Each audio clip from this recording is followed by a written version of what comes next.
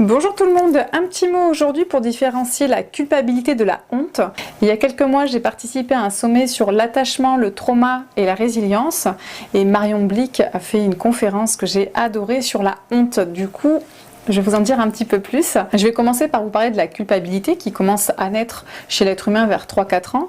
Et en fait, on a un soi unifié dans la culpabilité, c'est-à-dire qu'on est quelqu'un de bien, mais là, on a fait une bêtise, donc là, on ressent de la culpabilité, et du coup, on va réparer, on va s'excuser de notre erreur, tout simplement. Concernant la honte, c'est aussi une émotion primaire chez l'être humain qui commence à se développer vers 15 mois, c'est-à-dire, par exemple, que quand un adulte va s'opposer à ce qu'un enfant puisse aller en pousser un autre, l'enfant va cesser d'être dans cette excitation qui l'anime, va se figer, va regarder l'adulte, va voir qu'il n'est pas raccord avec ce que l'adulte attend de lui et va s'effondrer. Voilà, là il va ressentir de la honte.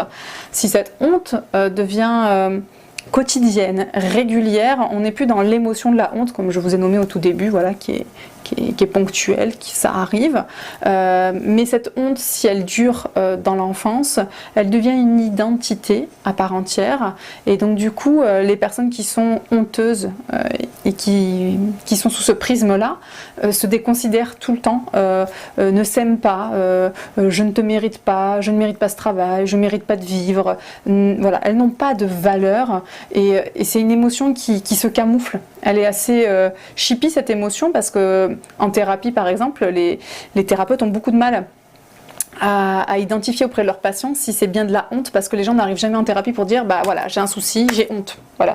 Non, c'est vraiment une émotion dont on parle très peu aussi, donc c'est pour ça que j'ai été fascinée par l'intervention de Marion Blick qui en parle divinement bien, parce que ça fait du bien aussi d'avoir des mots sur une émotion comme ça qu'on cite assez régulièrement, mais dont on ne connaît pas vraiment les rouages.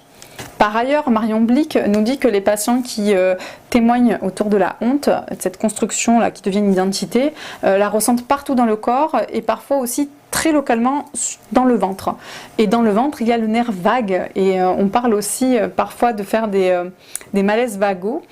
Et donc du coup voilà, on pourrait penser que le nerf vagal est en lien avec ce malaise, et donc du coup ça pourrait expliquer ces mystérieux malaises vagaux un peu fourre-tout, mais non, qui seraient d'après Marion Blick en lien avec la honte. Donc si vous êtes amené à en faire, n'hésitez pas à essayer de vous remémorer à quel moment précisément vous en avez fait un, pour essayer de l'associer à quelque chose que vous auriez entendu, ressenti, qui pourrait venir témoigner de quelque chose. Par ailleurs, Michel Odoul, dans son livre « Dis-moi où tu as mal, je te dirai pourquoi », arrive aussi à cibler les parties du corps qui nous titillent à certains moments. Et quand on fait le lien, ah oui, ça y est, on commence à comprendre que le lien corps-esprit est en permanence en train de réguler. Donc si on écoute un peu tout ça, je pense qu'on aura beaucoup d'éclairage sur ce qui bloque chez nous. Par ailleurs, n'hésitez pas à aller consulter le site de Marion Blick, comme ça vous aurez un petit aperçu de son travail. Je mettrai le lien de son site dans le descriptif de ma vidéo.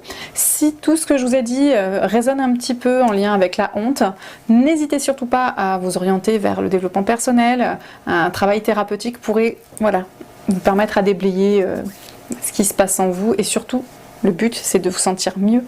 Voilà. Je vous invite à vous abonner à ma chaîne YouTube et je vous dis à très vite. Au revoir.